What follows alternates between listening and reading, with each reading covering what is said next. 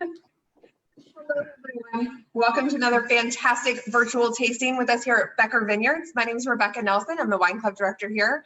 We have a fabulous panel with us tonight. We're trying some different wines tonight, so I hope everybody is settled in to get started on this. We have our 2017 Unita blend, which is a really fantastic blended wine that I'm excited for everybody to hear about. It wasn't something that was widely available, so I'm hoping that you guys got your packages, and if not, you give us a call so we can get this wine to you, because it's really fantastic, interesting blend. We also have our 2015 Cabernet Sauvignon Reserve, which is we called our Main Street Cabernet Sauvignon Reserve, and that was typically only available at our Main Street tasting room over the last year or so. And then we also have the 2018 Claret, which you typically will find in our retail markets throughout the state of Texas. It's always a fan favorite. So we really think that you'll enjoy these three fabulous red wines. Tonight, to go through these with you, we of course have Dr. Richard Becker. We also have Dr. Joseph Becker, our winemaker, John Leahy, and again, myself and Kaylyn are going to hang out and try and keep the boys in line for everybody. So I'll turn it over to you guys to get started. Cheers. Cheers, Rebecca. Thank you for another wonderful introduction. I just want to remind everybody that it is Veterans Day today. So after Doc gets done with a few words, I would like to read a few words of my own in memory of Veterans Day. So Doc, would you like to lead us in? That's nice, John. This is the moment when we think about, reach out to all the people that in the front line of the pandemic. The third wave is dwarfing the first two waves. 100,000 new cases a day, every day for the last 10 days. Just phenomenal pressure. Many states are, the hospitals are completely full. In some cities in Texas, like El Paso, cases being shipped to San Antonio and other places. So just to remember to, now is the time to double down on all our efforts at social distancing, wearing masks, cleaning our hands, do all the things we can to protect ourselves and others. And there is some bright promise of a vaccine, probably on the fairly near horizon. We have to get there alive. That's the challenge. So, and in light of that, it's wonderful to have these great wines that John has made, wonderful Cabernets, very different sources and origins. I can't wait to hear what everybody thinks about it. Thank you. I appreciate that. And with those words, I'm going to really lighten the mood with this poem by Lieutenant Colonel John McCrae from the Canadian contingent. He died in World War I on January 28th, 1918, and he wrote a small poem prior to that after spending 4 years on the Western Front. In Flanders fields, the poppies blow between the crosses, row on row, that mark our place, and in the sky the larks, still bravely singing, fly scarce heard among the guns below. We are the dead. Short days ago we lived, felt dawn, saw sunset glow, loved and were loved, and now we lie in Flanders fields. Take up our quarrel with the foe. To you from failing hands we throw. The torch be yours to hold it high. If ye break faith with us who die, we shall not sleep, though poppies grow in Flanders fields. I have always loved that poem, and I wanted to say Happy Veterans Day, and thank you to everybody. Certainly, a lot of members of my family have served as veterans from the French-American, French-Indian Wars, all the way through to present. We've had family vested in that, so cheers to our veterans. Thank you for everything. And cheers to those on the front line with COVID. You guys are fighting the good fight. So now let's lighten up the mood and try some great wine.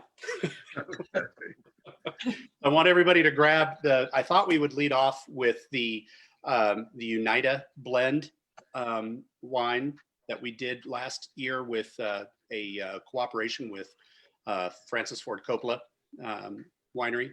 And we did 50% Texas wine and 50% wine from Coppola. And we got together and made this beautiful Claret style blend.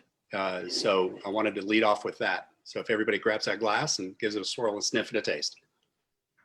And Doc, I want your impressions on this because we've tasted this a few times over the year and a half. So if you wouldn't mind leading us off.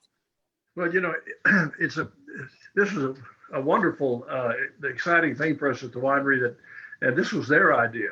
They called us and said that Francis Ford Coppola apparently knew something about our wine, liked it, loves Texas, thought it would be fun to do a blend of 50% Cabernet from Napa or from California and 50% Napa that we make in Texas.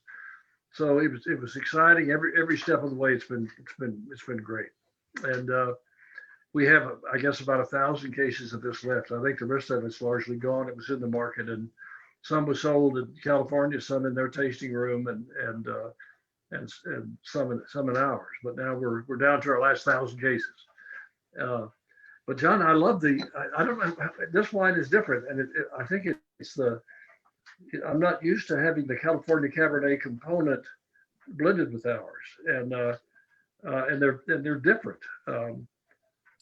Really, because according to the popular gossip, we use that all the time. Does anybody? I get kind of an interesting dustiness on the aroma that I was just picking up. And back to Doc's point, without me being too much of a smart aleck, yeah, it really is an interesting component. The not just the cab though, Doc, because we received Cabernet. We each, to give a little history behind this blend, the agreement was that each of the two wineries would supply 50% of the wine, and we did it straight down the board with varietal. So there's Cabernet, there's Malbec, there's Petit Verdot in there, and we provided equal portions to that, and I was responsible for making the final blend.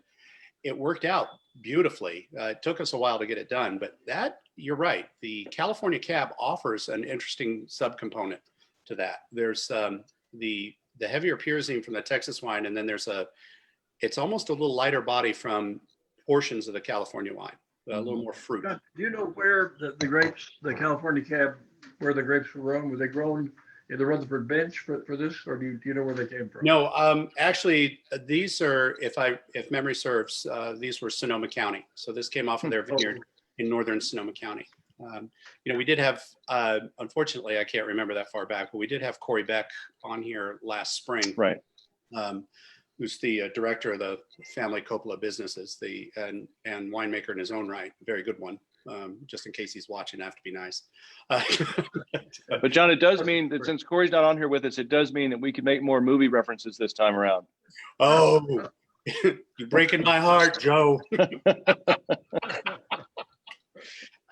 So, Doc, what's a little history behind the term claret itself, the origin? Oh gosh, claret certainly it's a French word, and it describes the color more than anything. And it's what the English have always called any red wine from Bordeaux. It's been a claret, and that's all I know. But it's not pronounced in the French way as claret. It's the English call it claret or Thames embankment. I think it was a word. It was a word that evolved over time. Originally describing meaning something that was red, something that was darker, it was red, and then I think it evolved to describe the wine. I just remember the most famous reference to me of claret was at the end of James Bond Diamonds Are Forever, when the assassin tried to offer a wine, and James said, I would like for a claret. Oh, I'd like a claret. And the guy said, oh, well, I recommend this one, which was a claret. But he said, I prefer a Bordeaux. And that's how he knew who he was. Yeah, exactly. Okay. Don't make me call Corey Beck, John. Well, you said more movie references, Joe. So Kaylyn, Rebecca, you may want to take this time and save my career and jump in, or let me hang myself. It's okay. We're going to give you all the rope you'd like tonight. Thanks. So what do you guys think? What do you think, Rebecca? The nose and the body. I really enjoy this particular blend, and I am kind of getting everything that you guys have already said, as far as it definitely has some more of that sort of smooth, lighter fruit components that I think are definitely reminiscent of more of the California cabs. I really like the dusty note that Joe picked up on, because that's really interesting. I feel like I thought for a minute that it kind of went away after a while, but it really doesn't. I really like that as it continues to open up. I just poured these a few minutes before we started, so I keep sticking my nose in my glass because as it gets more air in it, it's really developing and really changing. So forgive me. Hold on just a second. Well, Kaylyn, what do you think? Well, one, I think it's a very beautiful wine, but on the back end on the palate, I'm skipping over nose.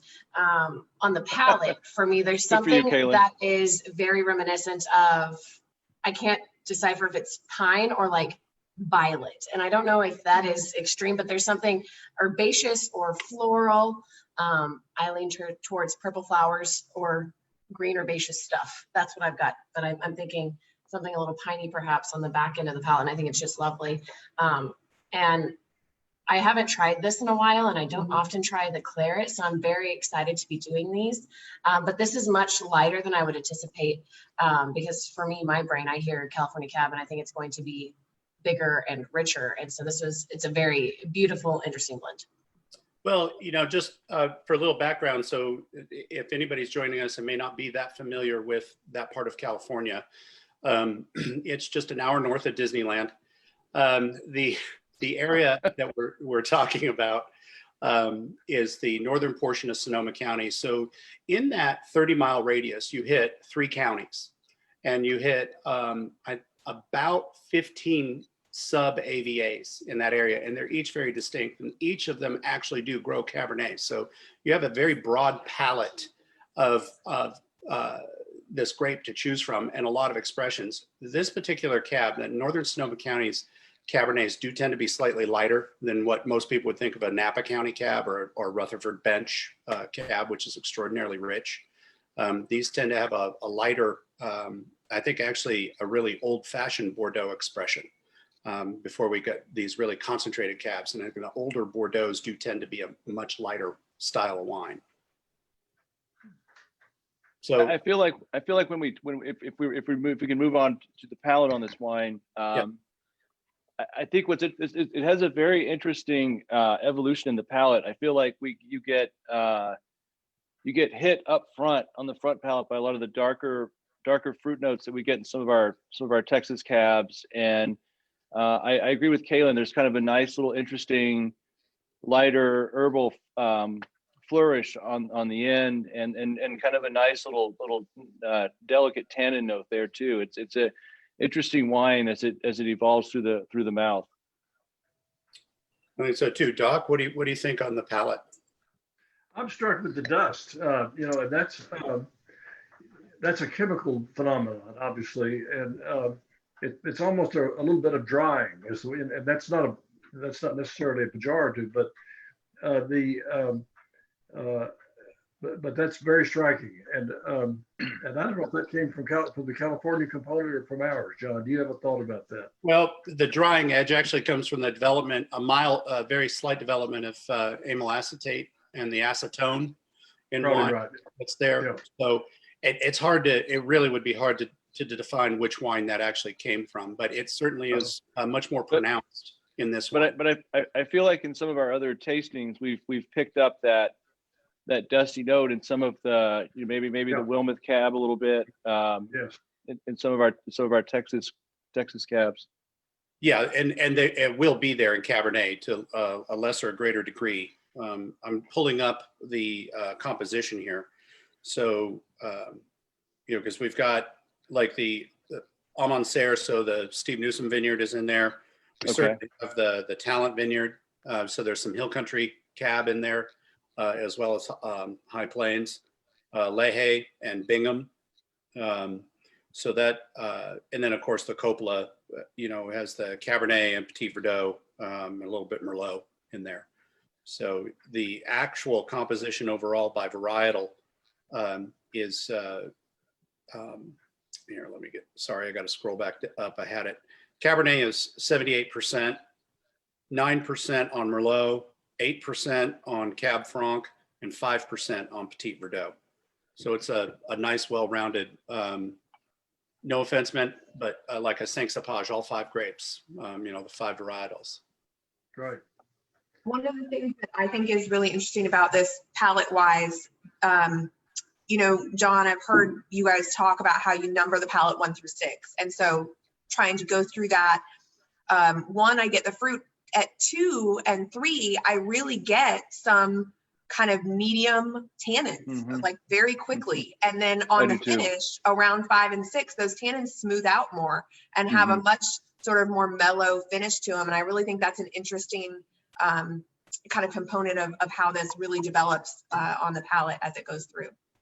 Yeah, I get a certain development up front, but mine ends at about 5. It really doesn't complete all the way through 6 for me. It seems to drop off rather quickly at the very, very end. That's not a bad thing. It's just the nature of the beast, but that's where I'm seeing the finish kind of is a sudden drop off at the end. Yeah. So Joe, what do you think overall? I feel like it's evolved a little bit in the bottle even since we did the previous tasting with Corey Beck several months ago, and I'm finding it to be more delicate. And I think Rebecca's on the money with her thoughts about the tannins, and I love that. I think it's an interesting wine. I love the different components that you get from the California and Texas. I think it's fun. It was an absolute fantastic time to be able to put this together. And I know that John, they gave you basically you did all the blending. I think they let you do all that, as I recall. Yeah, because I threatened Corey. I told him that I was going to let everybody know he was my best friend and I'd come into his house. So he's like, sure, no problem, pal. Do what you want. So they had a lot of respect for what you do. They did. On top of it, really, he is a very, very nice man. So, and if I can't press enough, if you all have a chance to ever meet him in a social function, at a wine function and stuff, you'll see what I mean. It's an extraordinarily nice individual. So somebody asked about going through the regions of the palate again, just real briefly, if you haven't heard this before. So I number the palate 1 through 6. 1 and 2 are the front, 3 and 4 are the middle, and 5 and 6 are the back. It's just the way I keep track when I'm tasting wines, where they land, so that I can eventually go back and figure out how to blend them or have a rough idea. So it's just an advent John, that I made up. There's one of my English professors at the University of Texas, Tom Whitbread, said it's the conjugation of the Latin verb to spin, which is hocco, hockeri, hoc tui spinum. And that's basically, isn't that what you're doing? Hey, isn't that the theme song for what's the university up there in New York, high above the A&M? No, it's I'm sorry.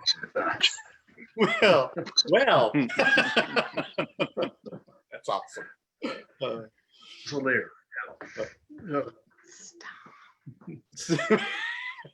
So I have no other questions, actually, are not coming in very, very quick. People are agreeing with the idea here. But Doc, what were you pleased overall with the joint effort as a winery? Oh, sure. Yeah. I loved everything about it. It's just been a wonderful kind of little treat for us to do, and I think they liked it too. And I think Corey said that people came into their tasting room in Napa and wanted to taste the Texas California blend, and that was kind of fun. So it's been a nice thing to do together. I feel like in one thing I enjoy experiencing in medicine as a physician is working with other bright individuals, and I think it was fun to collaborate with another winery, another great winery, another winery that's kind of interested in the same flavors and aromas that we are. And yeah, I think our next endeavor for a joint winery thing is going to be Chateau Margaux, Texas wine. So Make it I'm happen. waiting for the call. Just waiting for the call. Exactly. Which reminds me of that play, Waiting for Godot. Waiting for Guffman is probably more apt than that. That's great. Waiting So- for Mike. Yes.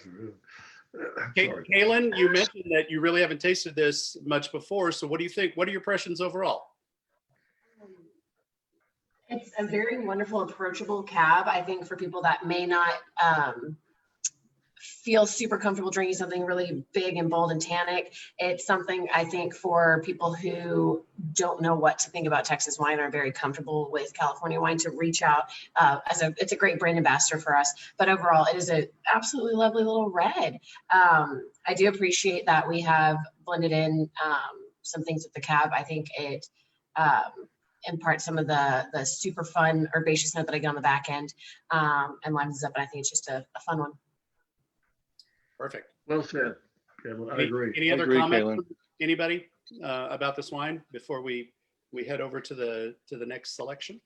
I would say one more thing, and this is a total echo of what Kaylyn said. I think we've always had a bias towards the older California Cabernets, and I think it was fun to take our fruit and their fruit and to sort of go in that direction, where you have a very balanced, wonderful fruit, not overly extracted, and very smooth Bordeaux blend.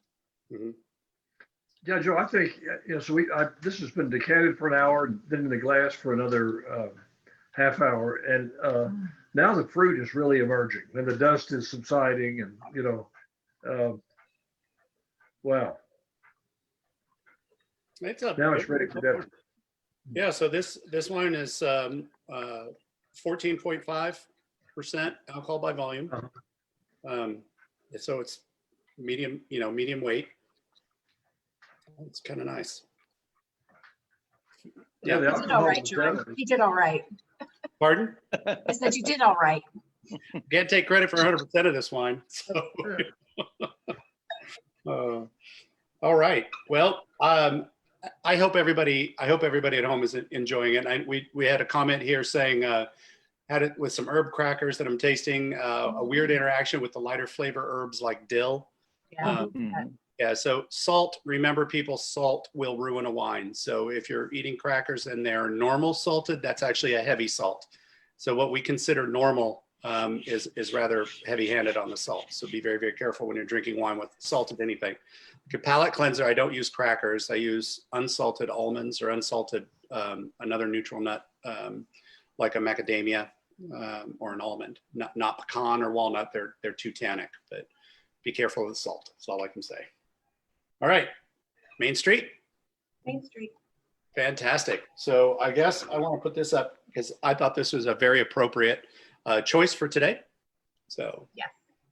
Absolutely. Yeah. So the Main Street Cabernet Sauvignon. So Joe, would you lead us off on this one? On impressions? I'm curious to see what you guys are getting. I didn't get to decant my wines as long today, but when I first smelled, I get a little bit of a bell pepper on the front palate. I wonder if that's if you guys are having decanted it for a while. I wonder if that's blown off a little bit. I mean, it's nice. It's not overwhelming. And Joe, an amazing amount of clove. You almost never smell clove. I was trying to figure out what that was. Yeah. Oh, that's very interesting. You agree, John? It's funny, Rebecca? Doctor. I can see clove, but I was just going to say brown spice, like a brown cooking spice. To me, it could be. I get that too. Clove, allspice. It could be. So Kaylyn and I didn't decant ours. We just kind of opened them shortly before, and we're swirling like crazy. But we both kind of sidebarred and agreed that we were getting a big amount of, I think clove is a good descriptor for it. And I'm thinking that as it continues to open up, I think it does kind of, because I get the brown spice, but it's underneath that clove. And I think the clove is just instantly right up front, but I think the longer we have this exposed to air and get it kind of shifted, I think it'll even out and you'll get more of that brown spice, because I do get just an inkling of that brown spice underneath. First time that we were in Bordeaux, the first tasting we went to was about 9 o'clock in the morning. It was a winery outside of the town of Bordeaux. And there were about 5 or 6 young women who were doing this, tasting, smelling, and sniffing, and so forth. And our guide said that one of the truths of wine is that that young women have much better taste sense and expression of taste buds than men, and especially older people. And taste peaks at 11 o'clock in the morning. And so what our guide said was the great wines of the world are made by 18-year-old maidens at 11 o'clock in the morning and drunk by cigar smoking men at midnight. John, you got a cigar? No, I'm not commenting on that one. It's a very good use of filter. It's a very good use of filter, John. I'm so proud.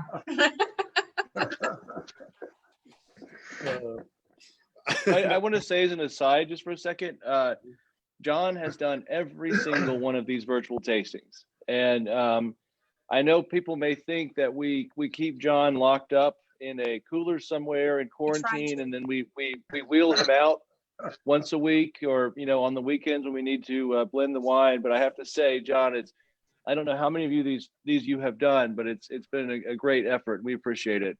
Oh, well, you're very welcome. And now I feel like I need to make an appointment at the Betty.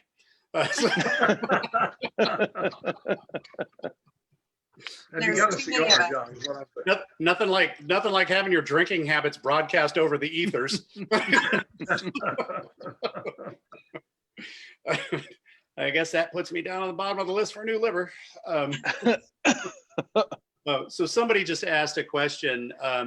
Never answered whether we would make 100% to not, and I'm 100% sure I won't know until we do it. So I can't give you a definitive answer if we will ever make 100% to not or not.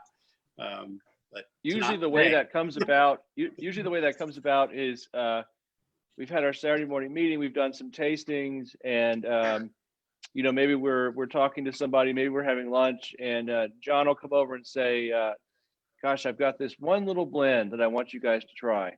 And it'll be something amazing, like 100% to not, or or like one of our rosé blends. I'm just trying to build it up like I did something special and worked really hard. So, damn, this tastes really good out of the barrel. Actually, so back to the Main Street. So this, I was incorrect earlier when I was discussing, I mixed this up with 2 different wines off air. We're discussing with the origin of this wine. So I don't know about the rest of you, but never, ever, ever lie to a Jody.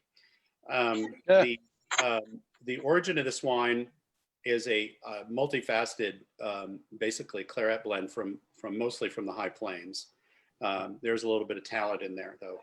I love this. So this is a 2015 wine. So it spent a long time in barrel before we bottled it and put it down on our Main Street.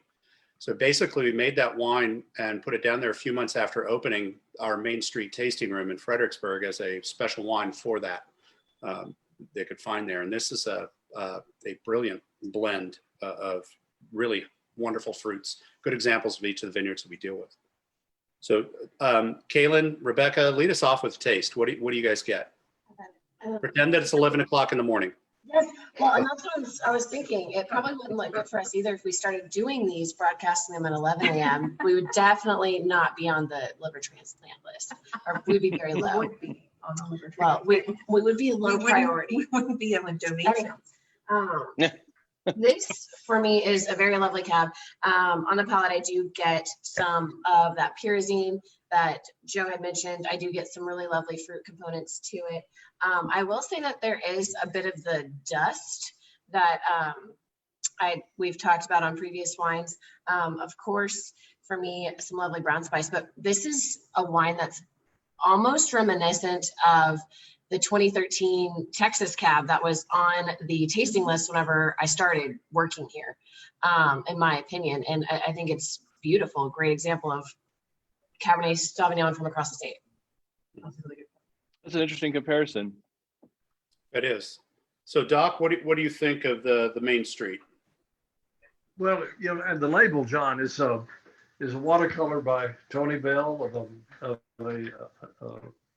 I guess an early World War II flyer, probably in front of a B-17. I tell people it's the Enola Gay, even though it's not. Oh boy. The fruit, you know, on the palate, John, whatever number that is, the fruit is wonderfully expressed here. It's incredible. Surprising. It's just, it's aging beautifully. One of the things I really like to look for in a wine, especially a wine that's been in bottle for a while, that is indicative of how well it's going to age or has aged, is a little slight undertone of not quite acetate like nail polish remover. I'm not talking vinegar. I'm talking a little bit of acetone in there, just a hint of that it's been in an oxygen-free environment. It will blow off. It's after you decant it that you get that, and it means that the seal has been great on the bottle. That it's been in an inert environment for however many years, that bottle. And that's one of the things you kind of look for as it blows off. And it's like, okay, so this is going to do really well. As it blows off and that air gets in there, and suddenly those deeper notes start coming out. And that's where this one for me is, because it's only been decanted about 45 minutes now. And it's just starting to show some of that fruit. Yeah. You know, we had a lot of fun putting this one together too, especially for Main Street. It was kind of fun. So for a little backstory, Joe, how long did it take us to get you guys to agree to have a tasting room on Main Street? Well, you know, it's interesting. You know, as a family, we care. We really care incredibly about how we are seen, how we are represented in every aspect of what we do, from sales to our labels to my father's architectural interest in the winery buildings.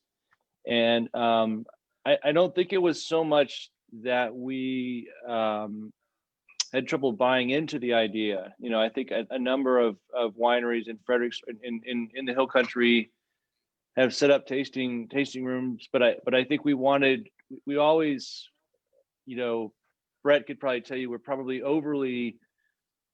very picky, very overly selective about what we want to represent us as a family, as you know, as my mother always said, we want to make friends. We want people to know us. We want people to know us as their winemakers, as their friends and family. And so I think that when the current location came about, I think we all felt very, you know, felt like this was the right place. You know, it's more or less across the street from the Nimitz, the Pacific War Museum. It has, you know, it's something that was owned by, you know, it's owned by a family. Something that's been around in Fredericksburg for a while. It's got a very large room, something we could put a pretty bar in. So I think if you take all those factors into it, that's sort of how we arrived at it. Mm-hmm. Yeah, because it had been on in our business meetings off and on for, you know, a good 18 months, 2 years prior to that. It was, but I also remember when finally decided, it's like, okay, now can you get it done in the next 2 weeks? and I think, but I think, you know, I think our general manager, Brett, his wife, Chris, I think has done an incredible job with, you know, making the inside beautiful. And I think she's done a fabulous job. And on another note, can I ask a question? Have we ever on this virtual tasting, have we ever toasted Jody? Because I think if we haven't, we need to give her a toast, because she can't have toast, Joe. She's gluten free. So I just have to say cheers. You know, John betcha. knows Jody. that Jody is a brilliant engineer, and John knows that if he misbehaves, Jody knows where all of the high-powered explosives are. But anyways, cheers. Thanks, Joe. They're getting ready to be under my seat right now.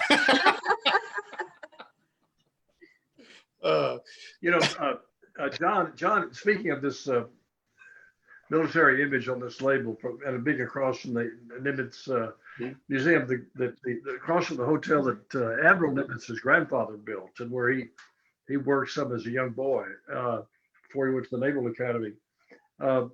John is a relative of Admiral William Leahy, who was a major player in World War II in the Navy and the Pacific. And Joe and I are both reading the Ian Toll's third volume about the Pacific campaign.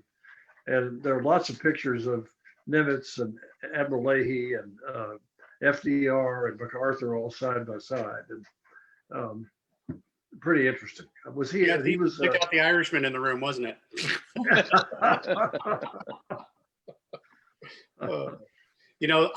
That museum is just absolutely fantastic, and just a little plug for Fredericksburg itself, because it really is a gorgeous little town. And we're both very, very happy to live here. But that museum is something else. That is a treasure and a half.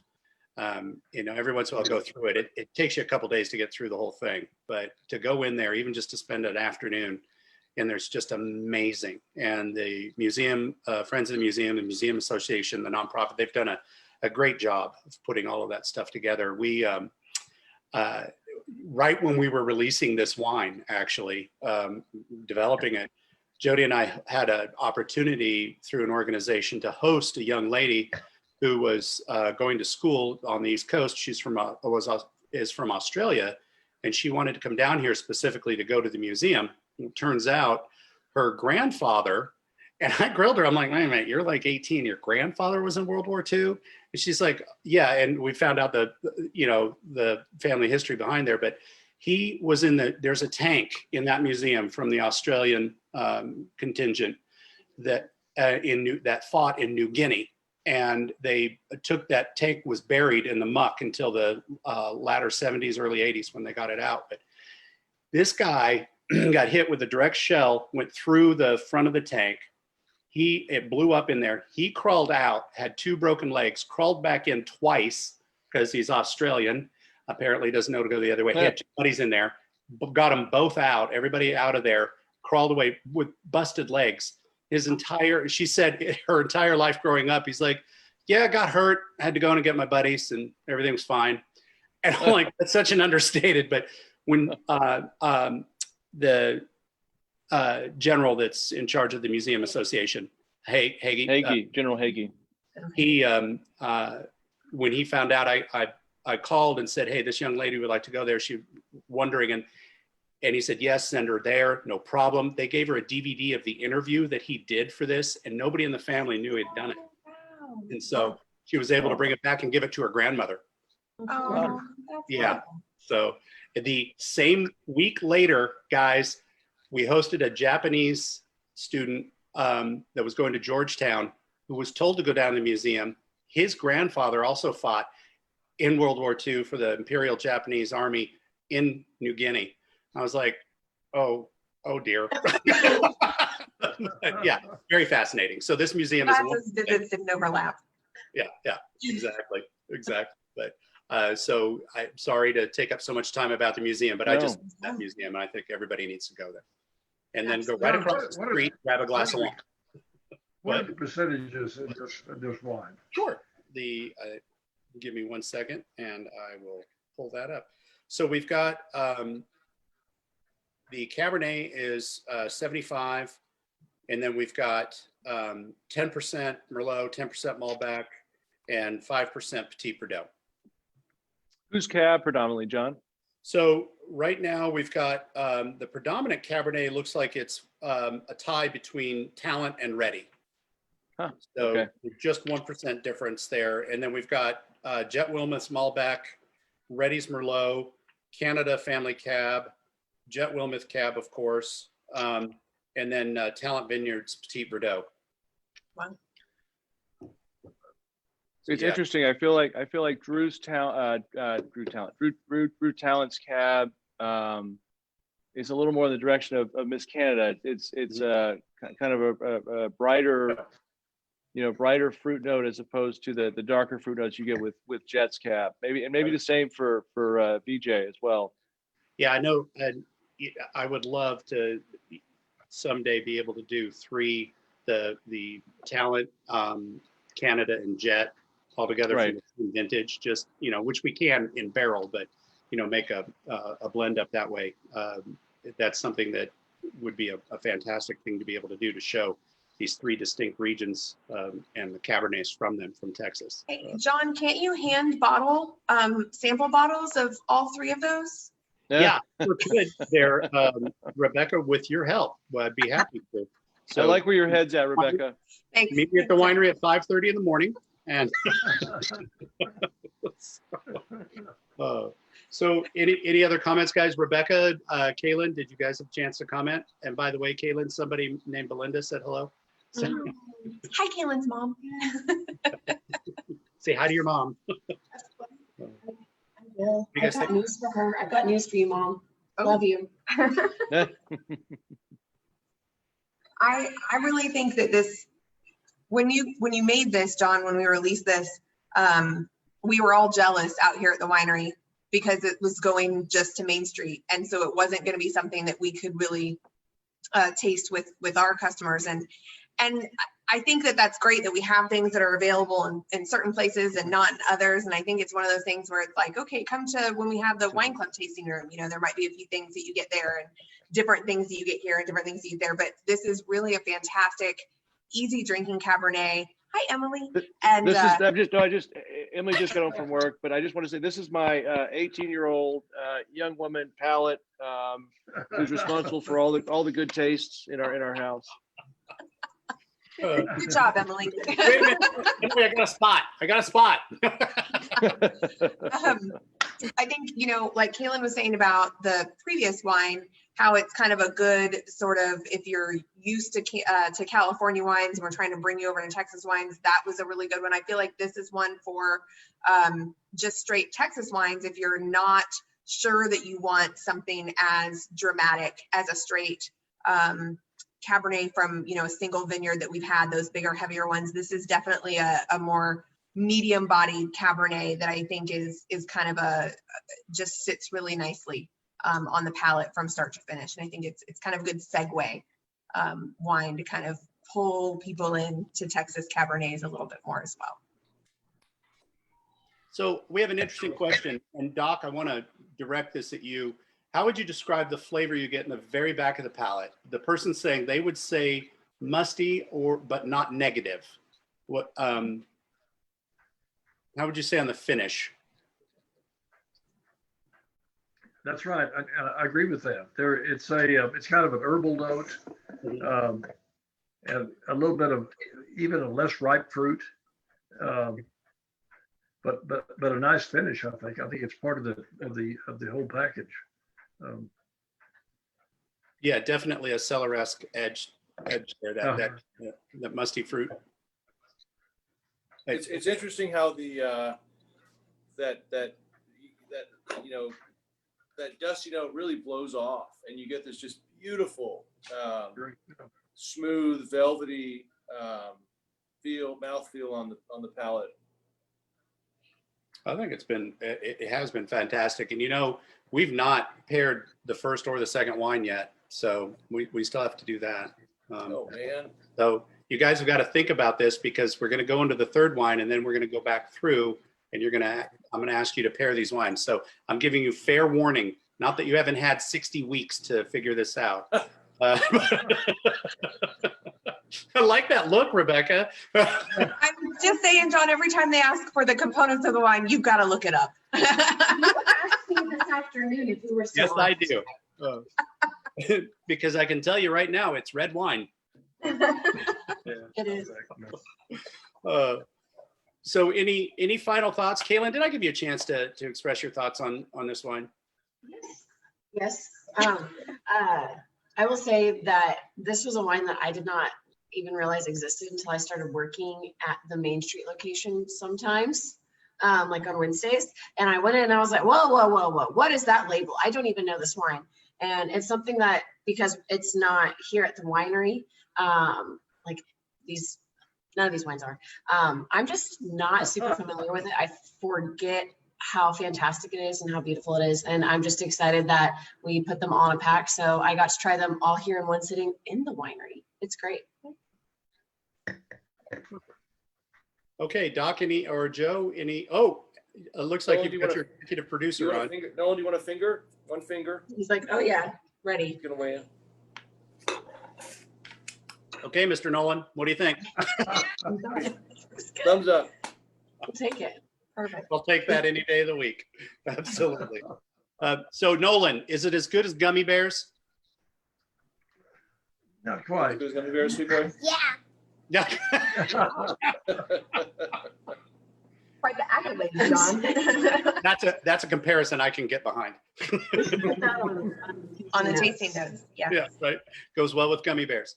All righty, so let us go on to the Claret, the penultimate in blending.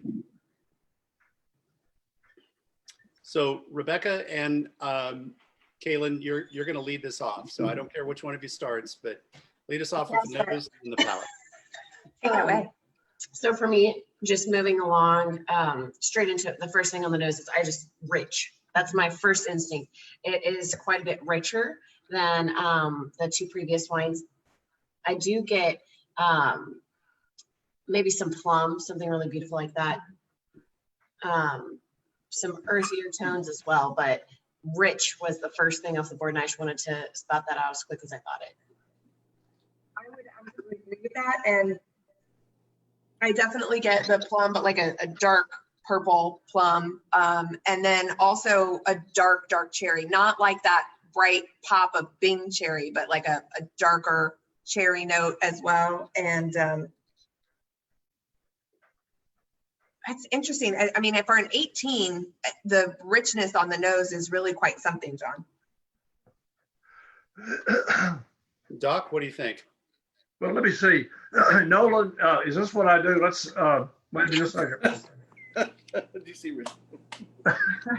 Nolan. That's it. That's my comment. I think we're doing that now in these virtual. Right. Yeah. You know, I love the way they say they don't keep me in the dark and everything, but you notice that both of them are on every time I'm on. They're hemming me in. No. So Joe, what do you think on the nose and the palate, sir? I think the palate's very interesting. I think this goes more in the. I get some really nice dark fruit notes on the mid palate, and just some very mild kind of nice tannins on the finish, like maybe with the Unita blend. Mm-hmm. Yeah, there's I think the tannins for an 18. The tannins are much more refined in this one than they are in the 15. The 15 to me still tastes very young, where this is showing a bit more maturity and a more resolved tannin base than the 15 did, which is kind of interesting. John, to answer your question, I love Bordeaux. We started off planting all 5 of the Bordeaux varietals. They're all here, and nice job. I love this blend of lots of different expression. Well, I like that. Yeah, to me, this entire the tasting pack is, the theme, of course, is this Claret style or Bordeaux style blends. And, it's funny because at times you think, okay, there's here we go. I'm going to make another cab-based blend. And in the back of my mind, I'm like, okay, is that number 4 or number 5 that I've done this year? Is that number 3 or number 2? But because we have such a broad palette to choose from on these wines, that we have such beautiful ability to showcase different aspects of this style, and it really is a major difference between hill country and high plains. grower to grower. It's just fantastic. But this one is actually probably, to me, it's got, one of the broadest blends as far as growers go. Right now we're looking at, hold on here. So I've got the Canada, I've got the Wilmoth, Farmhouse, Becker, Talent, Ready, and Bingham. So this is the most diverse grower blend of all three. Just fantastic. So Joe, I think it's. Well, I was just gonna say I think it's interesting because Claret has been a wine that we've no one's giving it the thumbs up, but I think Claret's been a wine that we've been wanting to make since we started. I think it had. I have to think that our 97 or 98 Claret was one of our first wines. I think and I know that Dad always loved a lot of the Bordeaux varietals, and so it's been interesting to see how this Claret has evolved over time, especially with just the incredible growth of and the incredible quality of what we can get from our growers. Yeah, it really has. Absolutely. Agreed. And I'm really enjoying it. I know that the vines, the Merlot vines and the Cab vines on our property on the estate are getting older, but I really do enjoy the fruit off of those. Absolutely. So guys, we are coming to that point where I'm going to want food pairings for these wines. So I'm going to start with Doc because I'm sure he's got 3 very unique dishes, and you can't say one to cover them all. You have to come up with at least 2. So I'll try. Oh, you'll try. I think some with the Coppola, some salmon cooked over the grill like we had the other night, and I think it would be great with that. With the Main Street, probably maybe smoked salmon and capers, Mm-hmm. and with the Claret, really well cooked T-bone over fire. And I'm just going to add that when we made that salmon the other night, Nolan was a member of the Clean Plate Club when Dad barbecued that salmon over the mesquite. So I would totally agree with that. You said that with the Unita blend. Yeah. Totally Yeah. agree with that. Absolutely. No, don't touch. So continue, Joe. And then the other thought that I had for the Unita is that Nolan and I made a pork bolognese the other night that would have been great with this. And I think for the the Main Street Cab, I agree with Dad about the salmon, and the Claret I think is fairly versatile. I think you could even do with the Claret kind of an interesting rich dark chocolate type of dessert, or you could have have an incredible I think one of Tom Perini's T-bones would be great with the Claret. Oh yeah, I think you're right. It definitely would. So Rebecca and Kaylyn, are they still there? I lost their video feed. Are you guys still there? Okay. So I guess we get no food pairings. They chickened out. That's what happened.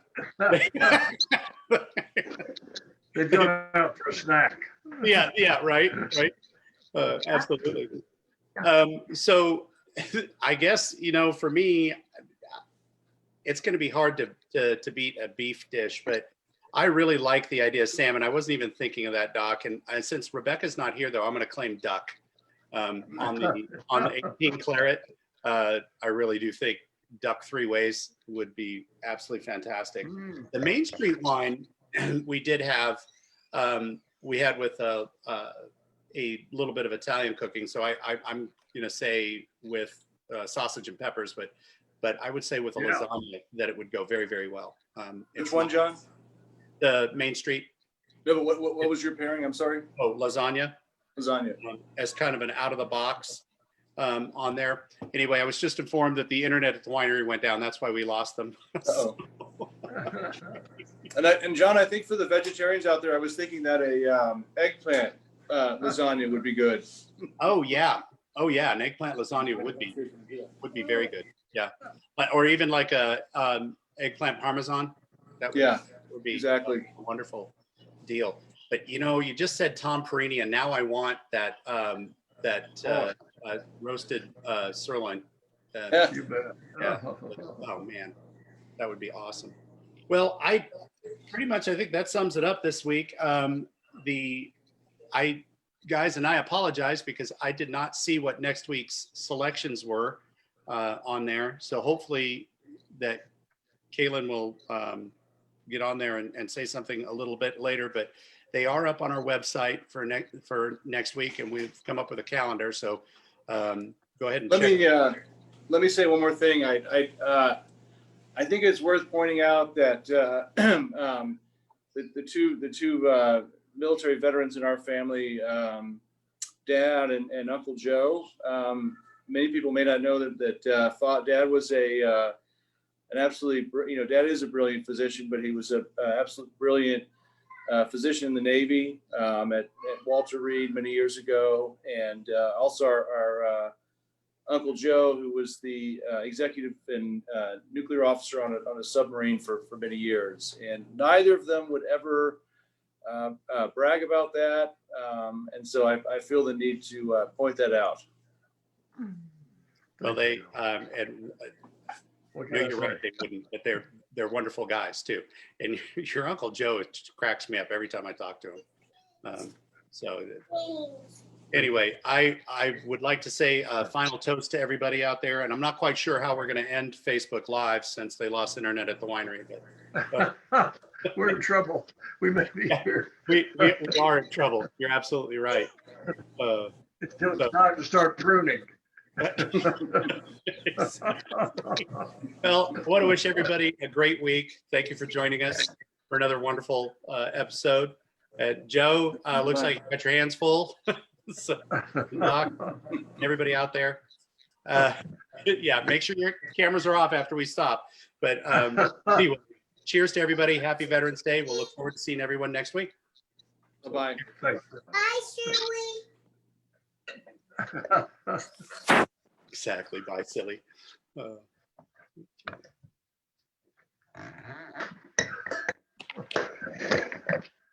Collecting everyone at the end.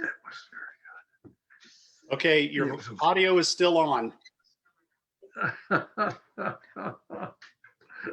Thank you. Okay.